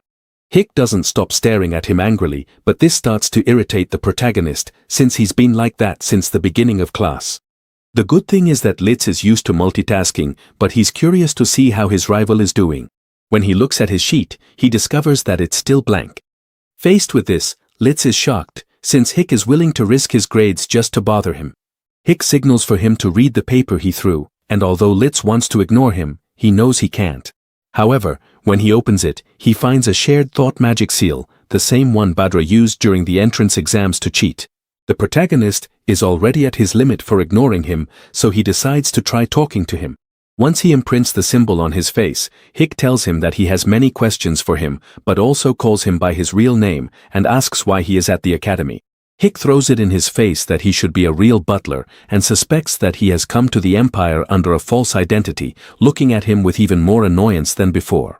Litz realizes that it's exactly as he thought before and that Hick suspects he is a spy. However, he can't simply agree with him or explain his circumstances, so for now, he decides to set it aside. The protagonist tries to pretend that he isn't who Hick thinks he is, but Hick won't be fooled so easily, especially since the pseudonym Litz came up with is practically identical to his real name, which fills him with embarrassment. Hick then begins to interrogate him, wanting to know his reasons for visiting the Empire, believing that he wants to steal their military secrets or something like that. At a certain point, he accuses him of having abandoned his princess, but he doesn't believe that's possible. Litz tries to lie and say that's not the case, but he's so bad at it that Hick instantly realizes that was the reason. Litz realizes that his enemy is smarter than he thought and starts to worry, since at this rate, he won't be able to stay in the Empire. While he's trying to think of what to say, Hick accuses him of being a very selfish person, which shocks Litz, as he doesn't understand what he means. Hick accuses him of having mercilessly abandoned his mistress and fleeing to the kingdom to live comfortably, to which the protagonist simply remains silent. Hick knows that the princess of the kingdom of Galistel is infamous and selfish, but he didn't expect the protagonist to be just like her and starts to mock him. This provokes Litz's anger, who orders him to be quiet at once, taking Hick by surprise, who begins to notice a dark aura emanating from him. Despite his nerves, Hick starts pressing the protagonist to answer his questions, but Litz tries to refuse, insisting that he wants to focus on the exam. Despite this, Hick insists, wanting him to confirm his reasons for coming to the Empire. Having reached his limit, Litz raises his pen while preparing a spell, throws it in Hick's face that he's a noisy person, all while Iris watches him closely, and after snapping his fingers to activate his spell, orders him to be quiet since he wants to focus on the exam. And we see that Litz has summoned a monstrous creature to attack him. Hick becomes alert and the monster gets ready to go after him. He gets scared and thinks that the protagonist is using summoning magic, a type of ability that only the most talented mages possess. After being surprised, he tries to channel a defensive barrier, but then he notices that no one else is paying attention to the monster. He knows that no matter how much chaos there is, people should have reacted, so he concludes that the beast isn't real, but rather an illusion. However, Hick has no way to confirm this, and at that moment the monster prepares its attack, scaring him enough to make him raise a defensive barrier. Unfortunately, he ends up taking the full brunt of the attack, which tears his arm apart and shortly after incinerates it. When he regains consciousness, Hick notices that his body is completely fine and realizes that, in the end, the dragon he saw really was just an illusion after all. However, he understood that even though he knew it was always just an illusion, the idea that he was about to be burned alive was so overwhelming that he couldn't break free. Generally, illusion magic is very basic, and once you figure out how it works, it's easy to break it, but in this case, the protagonist's control was such that he couldn't free himself. This confirms his suspicions that he can't take his eyes off him, since he is a threat. After this, he promises that one day he will reveal his true intentions, but due to his anger, he loses concentration on his magic stone, which causes it to penalize him. After some time, Iris finally finishes the class. We then see that all the students are exhausted and affected by the penalties. Iris, for her part, expresses her joy at seeing them so happy for having completed their exercises and hopes they enjoyed it as much as she did, all while displaying a crazy smile. However, she clarifies that she doesn't want them to feel satisfied with just their current level, since this was only an introduction, and that's why she will give them more difficult exercises as the course progresses. She also reminds them that her goal was to familiarize them with magic, since the idea is that they can do things like what they just did, even while they're asleep. The good news is that there are already students capable of this, and she proceeds to show those who stood out the most. Fourth place goes to Bella and Alvarn, who only made 2 mistakes. Third place is Sarah, with only 1 mistake. Second place goes to Melila, who, despite also having only 1 mistake, solved more problems than Sarah. And so, finally, Iris reaches first place, proudly announcing that it is Litz, since he didn't make a single mistake in class, and was also the only one to get a perfect score on the math exercises. Before saying goodbye, Iris asks them not to get discouraged if they didn't finish in the top spots, and encourages them to keep improving. After class, Melila congratulates the protagonist for reaching first place. The princess doesn't miss the opportunity, and asks him to teach her his tricks for handling magic that way, but Litz knows that agreeing would only bring him trouble, Sarah also comes over to ask him the same thing, first apologizing to the princess for the incident with Badra and then explaining that, although she was confident in her magic, the level of difficulty was too much for her, especially the questions the teacher gave her, since they didn't let her focus. Seeing how persistent they are, Litz begins to explain his method to them. Since the main idea was simply not to let the light escape from the magic stone, all Litz did was analyze it and create a new one inside the magic stone they were given, as this would infuse the original with magic and make it easier for him to control. Although the girls understand what he means, they know it's something very difficult. At the same time, Iris mentions the same thing to Hyun, boasting that the magic stones are among her greatest achievements, which she accomplished after much work and rigorous calculations, and as such, it would be almost impossible to copy them on the first try. That was what she thought until she saw the protagonist do it. Iris and Hyun confirm that Litz is a true genius. While he gets ready to go to the next class, the teachers chat about the potential he has, to which Iris mentions that she would like to see how far he can go. At that moment, Litz glances at Hick one last time. Aben asks him what's wrong, but the protagonist doesn't tell him anything and instead thinks that there's one more thing he needs to worry about. Why Hick, knowing his identity, never took the opportunity to expose him at any point, making him start to suspect Hick's true intentions. 3 days later, things between the protagonist and Hick remain the same, with Hick occasionally giving him an angry look, but since the last class, he hasn't made any moves. Now in the present, he and Aben are running at full speed, since they're about to be late for their class. On the way, Aben complains that no matter how you look at it, the school is just too big for them, and because of that, they have to run back and forth to get to any class. Aben also complains because now they are late due to the fact that during one class, they mixed herbs to go to the bathroom and he ended up consuming them by accident. But his friend tries to get him not to focus too much on the details. Instead, he warns him that there's someone in front of them and we see a person walking right in the middle of the path. Aben tries to warn him to move aside, but he doesn't do it in time and they bump into each other. As Litz arrives behind him, he notices something surprising, and just as Aben apologizes, the person he bumped into offers him her hand to help him up, revealing that she is a woman with a rather dark aura that unsettles the protagonist. After helping Aben, since he doesn't seem hurt, she proceeds to leave and walks away as if nothing happened. Lit wonders why she is heading back the way she came, but then realizes that it was Aben who fell down, even though he was the one running at full speed. This makes him think that the woman defeated him in terms of strength, and he becomes very curious to know who she is. Moments later, when they meet up with Hyun, she asks them if they ran into Kyo. The boys don't understand what she means, so Hyun explains that she's talking about the girl from before, who disappears from campus 9 times out of 10 and is hard to run into. Her real name is Elena, and although she comes from a family of merchants, she has an exceptional physique, which allowed her to become an important member of the army and the current supervisor of the second-year students. While Lit is thinking about everything he just heard, his friend let it go in one ear and out the other. Jokes aside, the general calls everyone together, announcing that it's time to discuss an important matter, informing the whole class that it's time to choose their class officer. Here we learn that these are people chosen by the students, who take on a role similar to that of an officer, acting as the leader or representative of their class. In short, class officers are responsible for coordinating everything related to their class to keep them united, as if they were a battalion. But unlike regular students, their workload is much heavier, though their attitude in the position is rewarded and recognized. Hyun, to help them decide, hands out ballots for them to vote. The idea is for the class to keep voting until there are 3 or fewer candidates left. Once that happens, the remaining candidates will face off against each other until only one remains, who will then take the position of officer. Additionally, the vote is anonymous, but they are asked to refrain from voting for themselves, as this could lead to several problems. With that said, Hyun offers to answer any questions they might have. Lit, after hearing the explanation, thinks that although it sounds like a great position, it surely involves more than just being the leader. After all, the school is looking for candidates who are not only strong, but also trustworthy enough to be chosen by the majority. Melila takes the opportunity to ask the general a question. Since the rules don't say anything against public voting, she wants to know if she can announce hers. Hyun confirms that it's not against the rules, but he doesn't recommend it.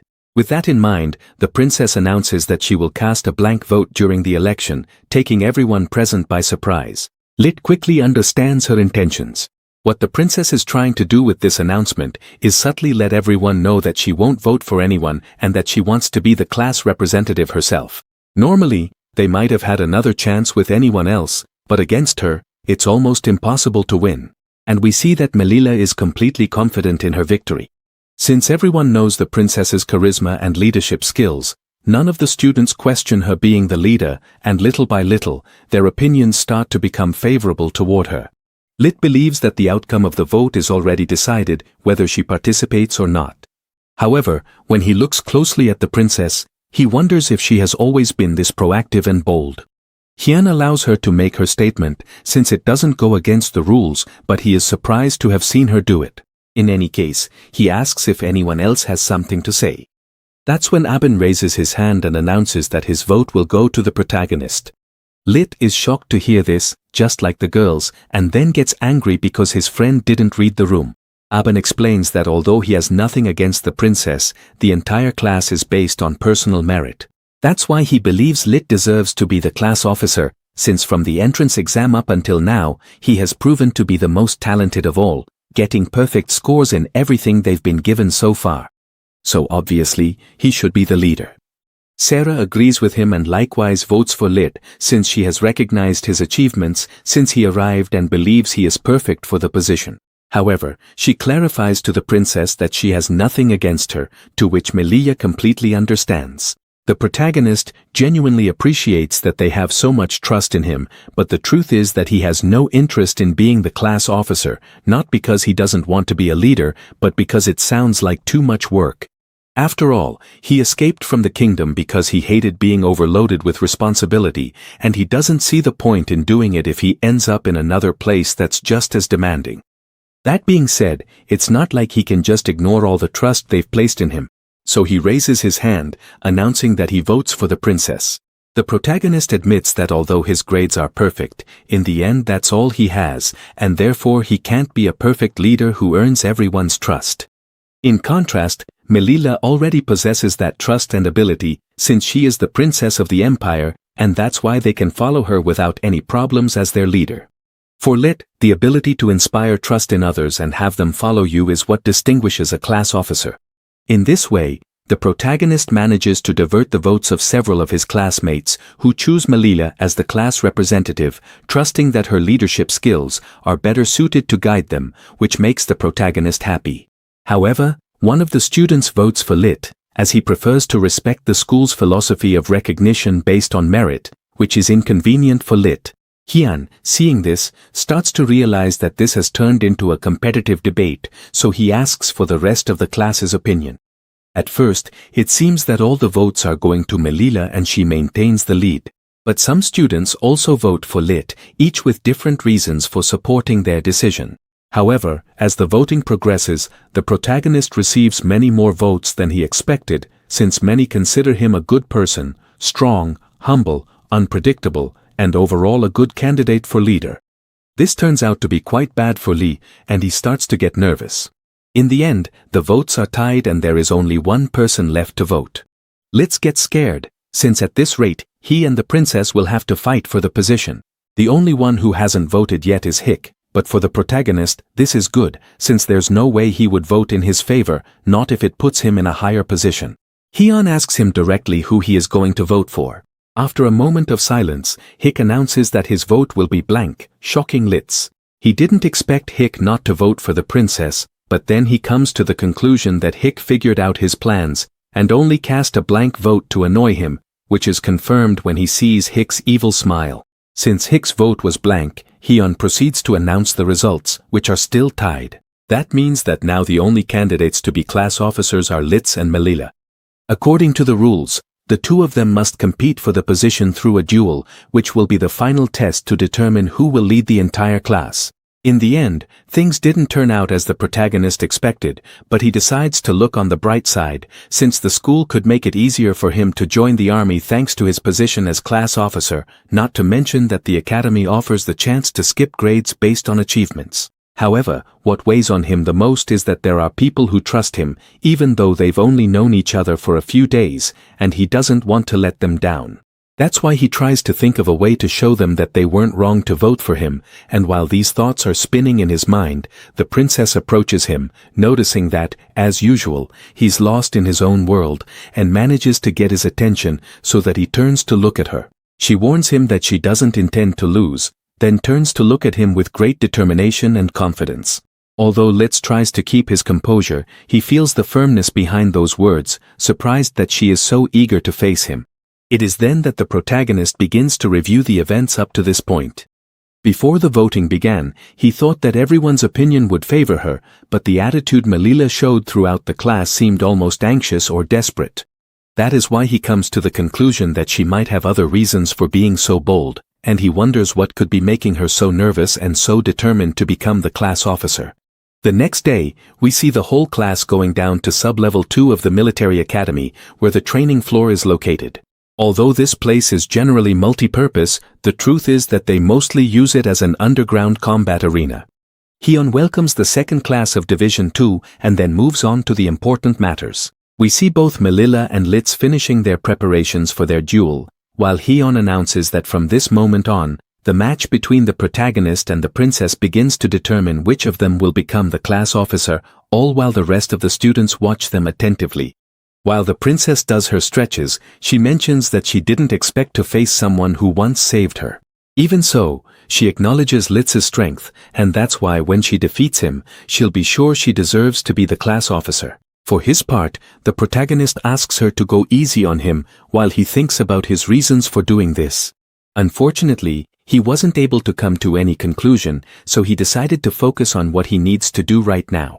He then remembers the students who placed their trust in him, and that's exactly why he must do everything he can not to let them down. Therefore, he has decided to become the class officer, no matter what. Hyun notices that both opponents look quite excited and he likes that attitude, but he calms them down since he still needs to explain the rules. Aben is confused since he thought this would be a fistfight. Although Hyun is not against it, since Melia is a princess, they have no choice but to handle things more delicately, because if Litz hurts her, in the worst-case scenario, he could be sentenced to death. He also states that if it were just a fight relying on brute strength, then they would be no different from common thugs. Soldiers like them need structure, and so he entrusted the rules of the match to a certain person. At first the students don't understand who he's referring to, but little by little, they begin to realize with fear who it is. That's when a voice that no one ever wanted to hear again echoes through the place. Professor Iris appears, carrying some balloons and looking cheerful to see her beloved students again. Unfortunately for her, the students aren't very happy to see her again, since they still remember her last class. In response, Iris complains, because even if it doesn't seem like it, she feels hurt by those looks. Annoyed, she starts to pout, and once she calms down, she begins the explanation. What the two opponents will do is pop balloons. First, they will separate and place a balloon behind themselves, which they must burst in order to win. Once the signal is given, the fight will begin, and they have 90 minutes to do whatever it takes to defeat their opponent. The idea is that it shouldn't just be a test of strength, but also a way to show who is the better fighter. To everyone's surprise, that ended up sounding very reasonable. Iris gets annoyed with the group again, and although she wants to leave in a huff, she's the one in charge of watching them to make sure they don't get hurt, so she proceeds to get ready in case something happens. In this way, without anyone understanding how, she pulls out her staff from a place that shouldn't be mentioned lightly, disturbing everyone who sees her. Iris continues to show off her skill, to which the princess asks that they start the duel already, since the teacher's comments are starting to make her uncomfortable. Jokes aside, both opponents take their positions and Hyun stands between them to start the fight right away. Right after she gives the signal to begin, the two quickly activate their magic, although the spells they use are very different.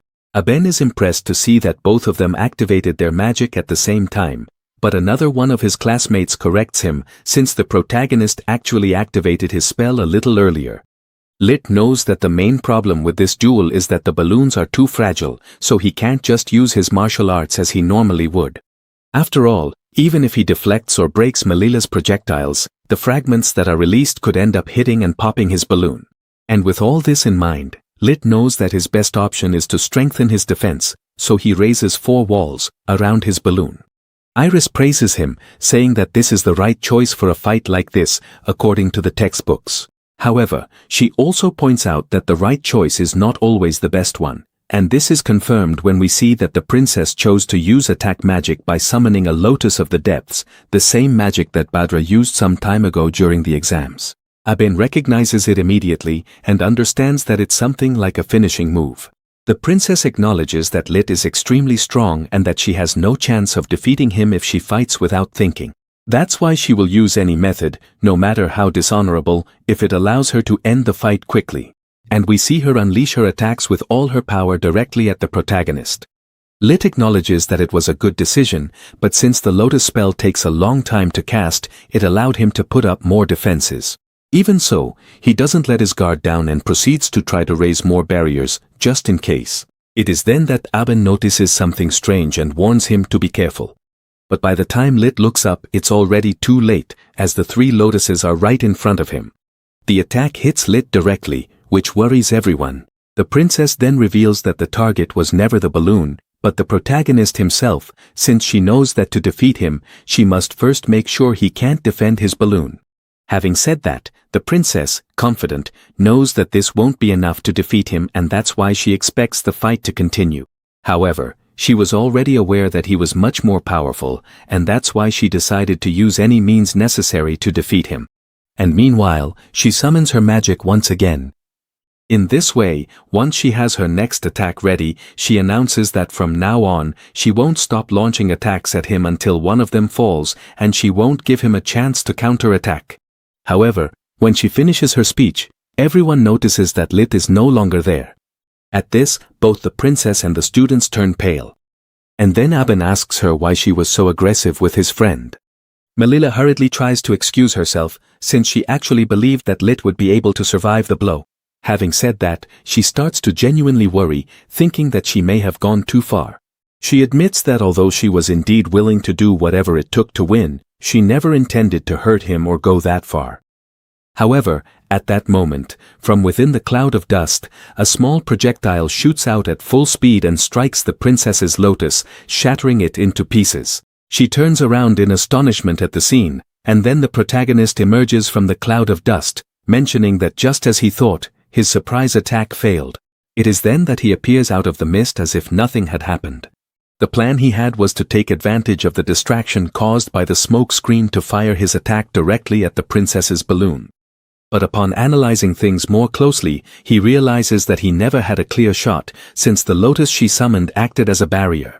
What surprises him is that he can't detect the balloon, but that's Iris's doing, since she cast a spell for this situation. Otherwise, the fight would have ended too quickly. Aben, for his part, is relieved to see that his friend is unharmed, but he doesn't understand how he managed it. Lit explains that everything happened too quickly to use spells, so he was forced to deflect the projectiles with his martial arts. The princess, upon hearing this, is impressed by how skilled Lit is, and although she held back a little, she can't help but doubt her own magic if someone was able to stop it with their bare hands. In response, the protagonist assures her that her powers are magnificent, and that if he hadn't prioritized his defense, he would have lost. Anyway, Lit stands up and warns that it doesn't matter if he's facing her or anyone else, he won't lose without putting up a fight, because he also wants to become an official member of the class. In response, Melilla sighs and mentions that she expected her opponents to simply surrender because of her status, but she confirms that the protagonist doesn't care about that. In fact, even so, she was hoping to defeat him with 1 or 2 more surprise attacks. But seeing how he faced her without any trouble, she doesn't think that's possible anymore. Because of this, the only option she has left is to go all out, and she summons a bunch of icebergs to burst his balloon. In response, Lit uses his magic to summon a bunch of rocks to defend himself and mentions that, just as he thought, she chose that route. The students are amazed to see the princess and the protagonist fighting with everything they've got, matching each other with offensive spells. For his part, Lit analyzes her carefully and understands that Melilla's power comes from her confidence in her combat abilities. However, no matter how talented she is, he realizes that if the situation gets out of hand, she could easily be overwhelmed. Additionally, he also confirmed that he can anticipate her movements and therefore read her accurately, just as he does with others. This is the advantage Lit has in this fight, so he starts firing his stones at full speed to counter the ice shards. Melilla continues her attack, launching a barrage of ice shards with determination in her eyes. This excites one of the students, since the princess's offensive is so overwhelming that it leaves no room for any counterattack. However, Lit doesn't fall behind either, and uses his own magic to create a defensive wall that protects him from the ice shards, showing the same determined look as his opponent. Aben and the others are amazed, because Lit not only holds his ground, but also easily deflects the enemy projectiles. The students start to wonder which of the two has the advantage, but since it's a battle at a much higher level than theirs, they have no idea who's winning or losing. On one hand, the princess doesn't stop attacking, but on the other, Litz doesn't let her land any hits. Iris realizes that things are getting dangerous, so she raises a defensive barrier in front of the students. The protagonist, for his part, knows that right now the fight is evenly matched, but if the balance tips even a little, one of the two will gain the advantage. In this way, he comes to the conclusion that the only way to move forward and guarantee victory is for one of them to go beyond their limits. For that very reason, Litz decides to give 120% of himself, so using his magic, he raises an even bigger defensive barrier than before, impressing Melilla. This is a giant hand made of mud, and while Avon cheers on his friend, the princess realizes that this is a tactic to attack both her and her balloon at the same time. However, no matter how hard he tries, it's just mud and doesn't pose a threat to her, so she prepares another ice lotus. She fires it with force, managing to hit the hand, and although it resists at first, it starts to crack until she finally breaks it into pieces. The students are shocked, because Melilla not only destroyed the mud by freezing it, but also pushed it far enough away so that the pieces wouldn't touch her balloon. She then starts mocking the protagonist, saying that a tactic like that would never be able to defeat her. What she didn't expect was that Litz would agree, and out of nowhere, he jumps through the debris. Students are surprised to see him, and we see that the protagonist knew from the start that dirty tricks wouldn't work, which is why he goes straight in with his fist to destroy the princess's balloon. She, however, was already expecting this and smiles when she sees that Litz has fallen into her trap. When he strikes, his hand hits a solid wall, which catches him off guard. Melilla explains that although she has only used offensive spells up until now, maybe that gave Litz the wrong idea, but in reality, she specializes in defensive spells, and we see that she summoned a barrier long before he got close. The students are once again surprised, since the princess not only summoned a barrier quickly, but also one that is very powerful and highly precise. However, they also notice the flaw in Litz's plan. Since his surprise attack failed, now his balloon is unprotected. This was Melilla's idea, because now that he has no defense, she can destroy the protagonist's balloon from a distance. The princess points her finger, preparing a simple attack spell, which is much faster than Litz's defensive invocation. He hurriedly turns around to try to stop her. All she needs to do is hit a precise spot, so she summons a small ice projectile and fires it at Litz's balloon. Surprisingly, he manages to arrive just in time to shatter the projectile with a strike, impressing everyone and leaving the princess devastated. Melilla doesn't know how to react and turns pale at the sight, just like the others. Both students and teachers are in shock, since Litz, just like on the first day, managed to run all the way back and stop the attack with his hand. But the most shocked of all is the princess. She starts to panic, unable to understand how Litz could pull off that move, since it shouldn't be possible. In theory, even for him, he should be in the same situation as her. One of the students doesn't understand either and thinks that even after that exchange of attacks, things have gone back to the beginning, but someone clarifies that this isn't the case, and we see that Melilla starts to gasp for air. She falls to her knees on the ground in front of Litz, alarming everyone. Iris explains that this is simply a case of magical deficiency. Since the students don't know what that is, she explains the process to them. Generally, magic flows within the body, but if a person releases a large amount of energy all at once, then the magical density in their body will drop drastically, and as a result, the body experiences fatigue, dizziness, and headaches, which is exactly what Melilla is suffering from right now. While Litz prepares to deliver the final blow, Iris also mentions that predicting when someone will run out of magic is difficult even for her, since there are too many factors that vary in the process. Litz explains that she already knew that, which is why she chose a strategy where she would use less magic than her opponent. He realized that the rules served to compensate for the difference in physical strength between opponents, so it all came down to who had more magic. That's why he used martial arts at the beginning, making it his second resource along with magical energy while allowing Melia to spend her powers. She barely manages to stand up, realizing that she had always been dancing in the palm of the protagonist's hand. Furthermore, she admits that instead of being impressed, she feels terrified by his skill. She recovered faster than the protagonist expected, and Litz acknowledges that he is almost out of energy as well, while picking up a stone from the ground with which he charges at her to finish the fight once and for all. Melia smiles and admits that she is at a disadvantage, but then raises her hand as she can still make one last shot. Just before she can cast her spell, a shadow appears in front of her hand. The shadow rises and startles her because it lunges at her. Litz mentions that he was hoping he wouldn't have to use it, but he's glad he prepared a tactic like this in advance for a situation like this. There we see that he had prepared a binding spell with which he now holds Melia motionless. He didn't want to use it because it's dishonorable for a member of the royal family, but he can't hold back with her. The princess understands that she never had a chance and, lowering her head, accepts her defeat. Litz stands in front of his orb and throws the stone at it at the same time that Melia acknowledges she lost. With that done, Hirn announces that the match is over and those on Litz's side get excited, while the other students don't know what to say, and finally he is declared the winner of the duel. Iris asks them not to waste time on formalities and tells him to accept his prize. This is a sash that recognizes him as the class officer, which the protagonist stares at in silence, not knowing what to say. Iris asks him what's wrong, since he was left petrified, and even teases him for thinking he wants to back out now. The protagonist replies that it's not like that, and he just feels such great joy that it left him paralyzed, since after all, he won this through his own efforts, which seems to make Iris proud. He acknowledges that there is a great weight behind the voting. That's why, as he puts on the class officer sash, he promises them that from now on he will do his best so that they can trust him and he can earn their support. The students, for their part, say that it's impossible not to agree with him being the representative, not after having witnessed such a display of skill.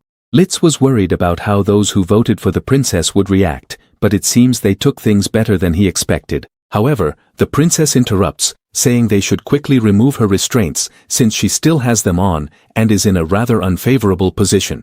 Litz turns pale when he realizes that, just like Hirn, he had completely forgotten that the princess was still captive. Iris, on the other hand, mocks him since she did remember but didn't say anything, just to tease them. Litz hurriedly apologizes and undoes the spell, while Hirn offers to help him at the same time.